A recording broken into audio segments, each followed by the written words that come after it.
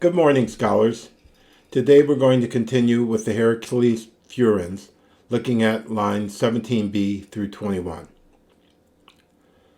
Συμφοράς δετάσεμας ἐξευμᾰριζον, kai patran oikein telon, katodou didose misthon Euruste megan, ἐξευμᾰριζω gaian, ἐίτε hupokin throis damastes, ἐίτε χρέων μέτα.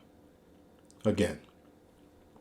Συμφοράς δετάσεμας ἐξευμᾰριζον, kai patran oikein telon, katodou didose misthon Euruste megan, ἐξευμᾰριζω gaian, ἐίτε hupokin throis damastes, ἐίτε χρέων μέτα.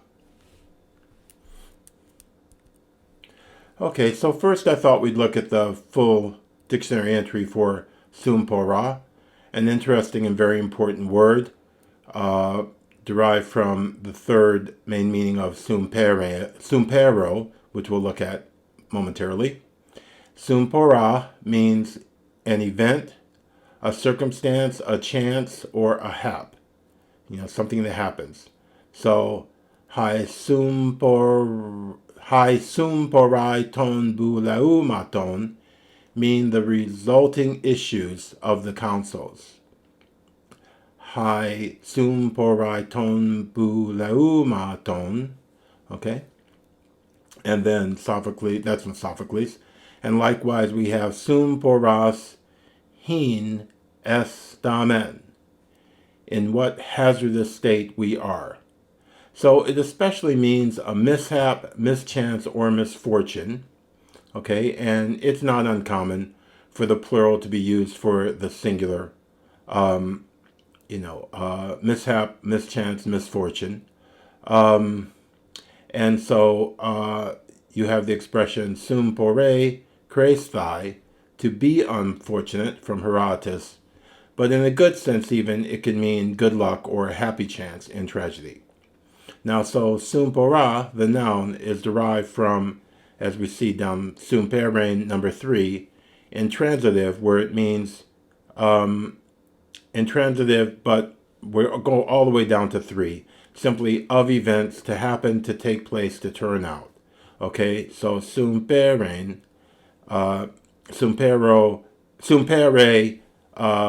plus the infinitive, is a favorite phrase of Herodotus when, something happens that might have a fatalistic or otherwise, extra, just human, rational causality, okay? So συμφορά is a very important word, both in tragedy and Herodotus, part of the Greek worldview. Okay. So some more vocabulary. ἐξευμᾰριζω is to try to make easy. Okay, here it's a present participle, and a present participle can have an imperfect or conative, something you're trying to do, sense. So ἐξευμᾰριζον means to ease, but here with the present participle, it can have that conative sense. Okay, and then we have katodos, which is a return or coming home, but here it means a repatriation, return from exile, from katerkomai, which means, or can mean, to return from exile. So katodos, a return from exile. And then our main verb here, didose, third person singular of didωμι, and I have here the conjugation of didωμι in the present indicative active, because you can never review these me verbs enough. So we have didωμι, didos, didose, didωμεν, didote, didoasen. Okay, so you see, of course, the stem, the stem goes from the strong version with the omega to the weak version with the omicron in the singular and plural respectively. Okay, and then here I have at this bottom 463D of Smythe, which I'm not going to look at, but if you're interested in getting a more systematic overview of those third plurals, didōasen, you might consult that in Smythe. Okay, more vocabulary. Mίσθος, μισθού, homistos. It means wages, pay, or hire, but in a bad sense, as in this passage we have requito, or payment. Okay, but generally it's a recompense or a reward. But here it's a payment, kind of a fee. Okay, and then ἐξευμᾰριζω, ἐξευμᾰριζω, to clear the land for cultivation or the seas for sailing. And here it has a sense of the general task of Heracles, which was to civilize the world. You know, getting rid of all these monsters that were terrorizing humanity and making it impossible to live a peaceful, civilized life. Okay. And we have here ἐίτε, which is used in indirect alternative questions. And indirect alternative questions are introduced by the particles signifying whether or, okay, either or, okay, poteron or potera a, but here ėte, and also ėte, but here we're doing with ėte.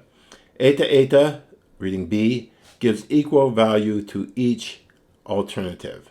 Okay, so let us make the inquiry whether it produces benefit or injury, from Plato's Phaedo. Ten skepsin poiometa, ἐίτε opelian, ἐίτε blaben par eke. Ten skepsin poiometa, ἐίτε opelian, ἐίτε blaben par eke. Let us make the inquiry whether it produces benefit or injury. Okay, and we have kέντρον to, which is any sharp point or spur. In the plural, it means tortures or pangs, and it can also refer to a horse's goad, you know, the whip that you might spur a horse with. Okay, so kέντros, we have it in the plural here, in dative plural. Damazdo is to overpower. Of animals, it's to tame, to break, to bring under the yoke. Of maidens, to subject to a husband. Generally, to subdue or conquer.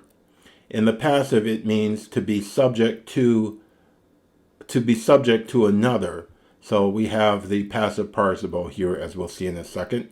And so you have from the same stem, demos, demoe, which means a slave, male or female, respectively. So damazdo, okay? And damastes, which is what we're looking at in this passage, is the masculine singular aorist passive participle of damazdo. And it has three different aorist passive forms: edamastein, edmetein, and edamein.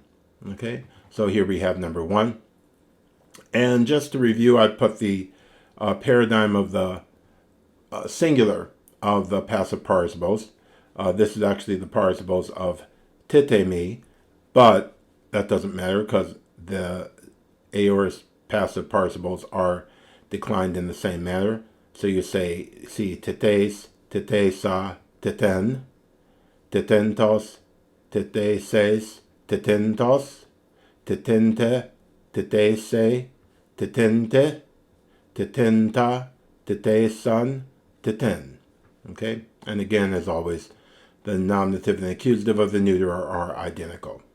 Okay, so go to Smythe 307 if you want to review the plurals of this as well.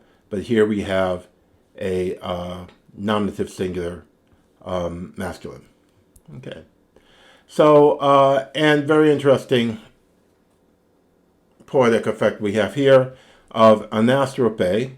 Anastrophe, turning back, occurs in the case of an oxytone prepositions of two syllables which throw the accent back to the first syllable. And this occurs when the preposition follows its case. I'm reading A. When the preposition follows its case, which is what we have in these two lines. So, touton peri is the example for peri touton, about these things, okay? It says no other preposition than peri follows its case in prose, but in poetry, Anastrophe occurs with the other dissyllabic prepositions, okay, with a couple of exceptions. So here we have ἐξευμᾰριζω, ἐίτε, Heracles.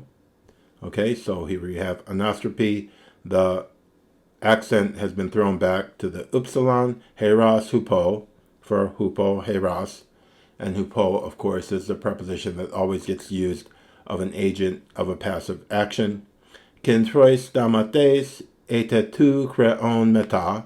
And again, the meta, the preposition, the accent has been thrown back over the epsilon, and so it's tu χρέων μέta stands for μέτα tu χρέων. And we'll deal with χρέων in a second.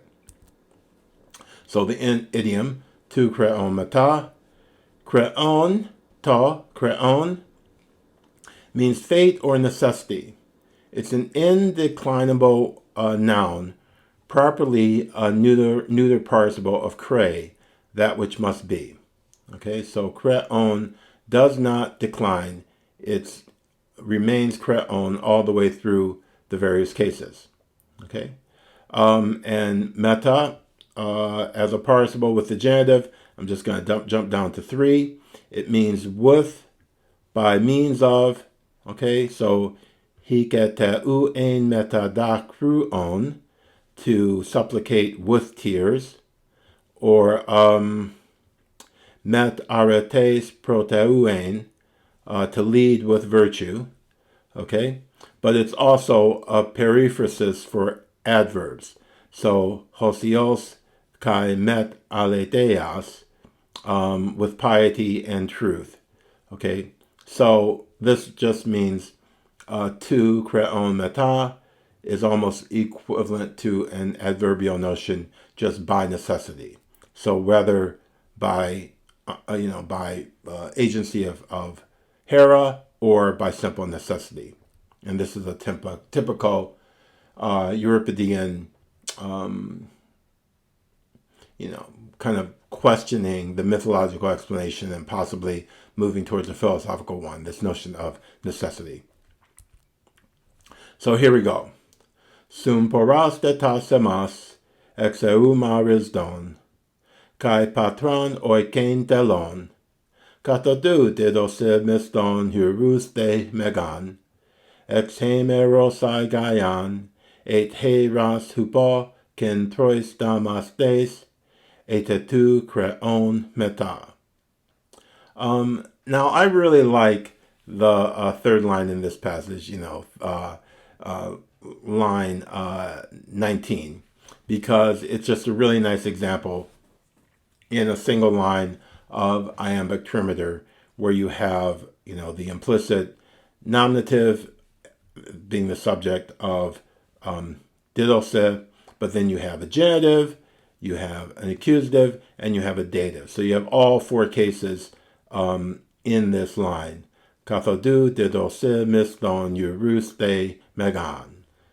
Very nice line for just showing the cases at work in their classical sense.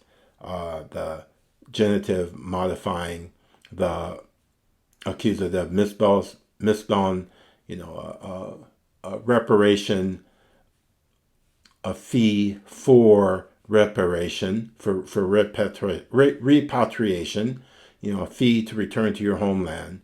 He gave to Eurystheus a huge one. Okay, and Eurystheus is the person, of course, who laid the labors on Heracles.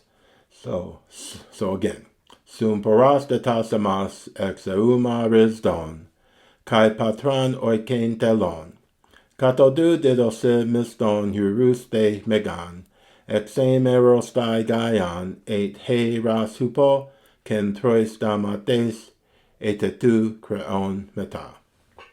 So I'll do it again slowly with time for you to repeat after me. Συμφοράς τετάσεμας ἐξευμᾰριζον kai patran oikein telon katodou didose miston eurus de megan ἐξευμᾰριζω gaian